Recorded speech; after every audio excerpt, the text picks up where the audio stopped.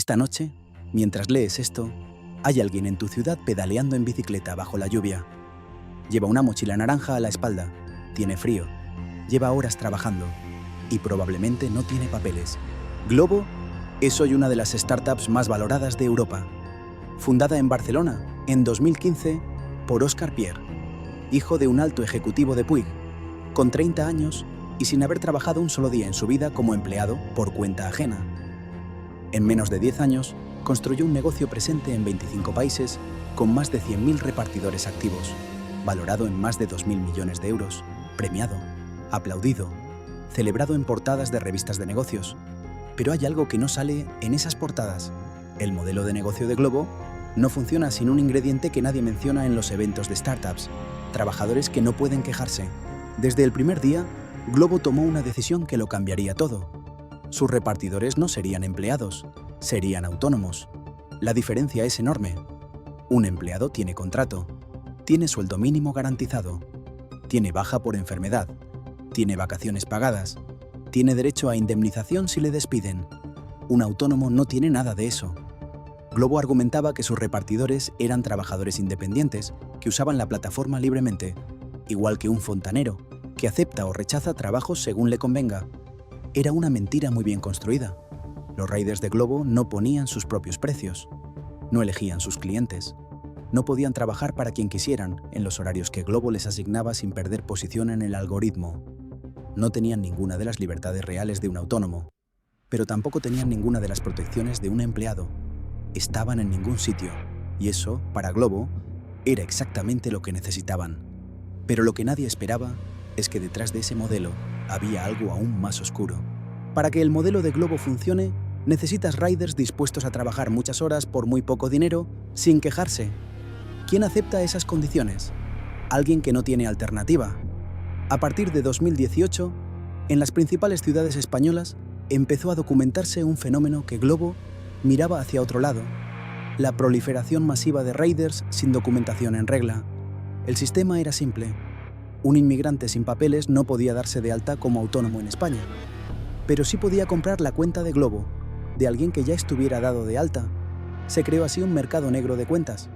Una cuenta activa de Glovo llegó a venderse por entre 200 y 1.000 euros en grupos de WhatsApp y Telegram.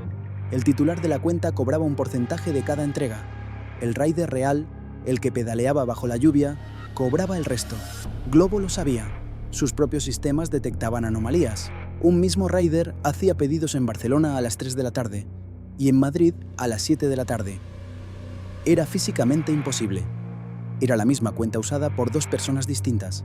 La respuesta de Glovo fue mirar hacia otro lado, porque ese modelo le convenía. Pero lo que nadie esperaba es que la justicia española tardó años en actuar, y cuando lo hizo, Glovo tenía preparada una defensa que lo cambiaría todo. En 2021, el gobierno español aprobó la llamada Ley Rider. Era una ley diseñada específicamente para acabar con el modelo de Glovo. A partir de ese momento, los repartidores de plataformas digitales debían ser considerados empleados por cuenta ajena, no autónomos. La respuesta de Glovo fue inmediata y calculada. Anunció que cumpliría la ley, y luego no la cumplió. En lugar de contratar a sus riders como empleados, Glovo creó una red de empresas subcontratadas, empresas pantalla, que contrataban a los riders en papel, mientras Glovo seguía controlando absolutamente todo: los precios, los algoritmos, los horarios, las sanciones. Era exactamente lo mismo de antes, pero con una capa de papel encima que les permitía decir que cumplían la ley. La inspección de trabajo no tardó en detectarlo. Las multas llegaron. Glovo fue multada con más de 79 millones de euros en España por incumplir la ley Rider. 79 millones de euros. Y siguió operando exactamente igual, porque 79 millones de euros para una empresa valorada en 2.000 millones es el coste de hacer negocios.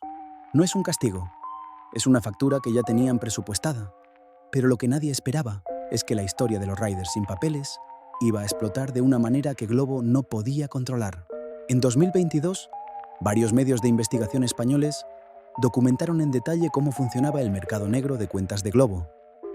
Los protagonistas eran mayoritariamente inmigrantes de origen africano y latinoamericano, muchos de ellos en situación irregular, que habían encontrado en las cuentas de Glovo su única fuente de ingresos posible en España.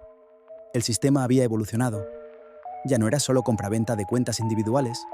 Había auténticas organizaciones que controlaban decenas o incluso cientos de cuentas, alquilándolas por horas o por días a riders que necesitaban trabajar.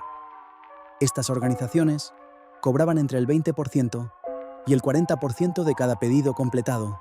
Los riders que pedaleaban realmente se quedaban con entre el 60% y el 80% de unos ingresos ya de por sí muy bajos, sin ninguna protección, sin seguro de accidente, sin nada. Y si tenían un accidente, y muchos los tenían porque pedaleaban durante 10 o 12 horas seguidas en condiciones precarias, no podían ir al médico con la cuenta de Glovo, porque la cuenta no era suya.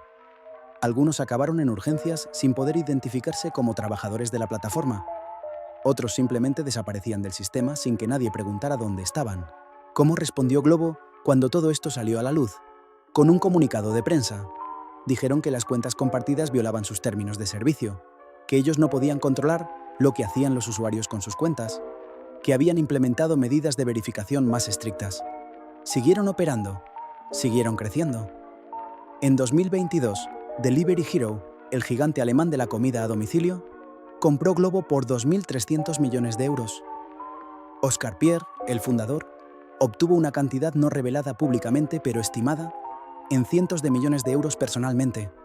El hombre que construyó el sistema se hizo multimillonario. Los riders sin papeles que hicieron posible ese sistema no recibieron nada. Algunos siguen pedaleando hoy, con otras cuentas, en otras plataformas, con las mismas condiciones. Pero aquí está la parte más incómoda de esta historia. Glovo no inventó este sistema de la nada. Lo construyó dentro de un vacío legal que España tardó años en cerrar, en una economía donde hay cientos de miles de personas en situación irregular que necesitan trabajar y no pueden hacerlo de forma oficial. Glovo no creó la inmigración irregular, no creó la precariedad laboral, no creó la necesidad desesperada de ingresos que hace que alguien acepte pedalear 12 horas por 40 euros, pero sí construyó un modelo de negocio que dependía estructuralmente de que esas condiciones existieran, y lo hizo conscientemente, con conocimiento, con sus propios sistemas de detección diciéndoles exactamente lo que estaba pasando. La pregunta no es si Glovo sabía, la pregunta es cuánto dinero ganó sabiendo. Aquí está el dato que no vas a olvidar. En los mejores años del modelo original de Glovo, antes de la ley Rider, se estimaba que entre el 30% y el 40% de los riders activos en las principales ciudades españolas operaban con cuentas que no eran suyas. En una plataforma con decenas de miles de repartidores activos en España, eso significa que en cualquier momento, entre 10.000 y 20.000 personas estaban trabajando para Glovo completamente fuera del sistema, sin derechos, sin protección, sin existir oficialmente para nadie. El pedido que hacías un viernes por la noche tenía una probabilidad real de ser entregado por alguien que técnicamente no existía en el sistema. Glovo no es una empresa corrupta en el sentido clásico. No falsificó cuentas, no robó dinero público, no sobornó a políticos. Hizo algo diferente y en cierta manera más sofisticado. Construyó un sistema donde la explotación no era un fallo del modelo. Era el modelo.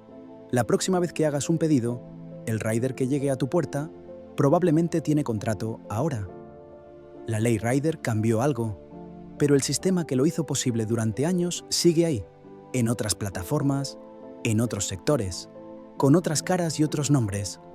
Porque mientras haya personas desesperadas y vacíos legales que explotar, siempre habrá alguien dispuesto a construir un negocio de 2.000 millones encima de todo eso. ¿Crees que los consumidores tenemos alguna responsabilidad en esto por seguir usando estas plataformas? Déjamelo en los comentarios. Dale like y suscríbete porque en Dinero Sucio seguimos contando las historias que están delante de tus ojos pero que nadie te explica. Nos vemos en el próximo vídeo.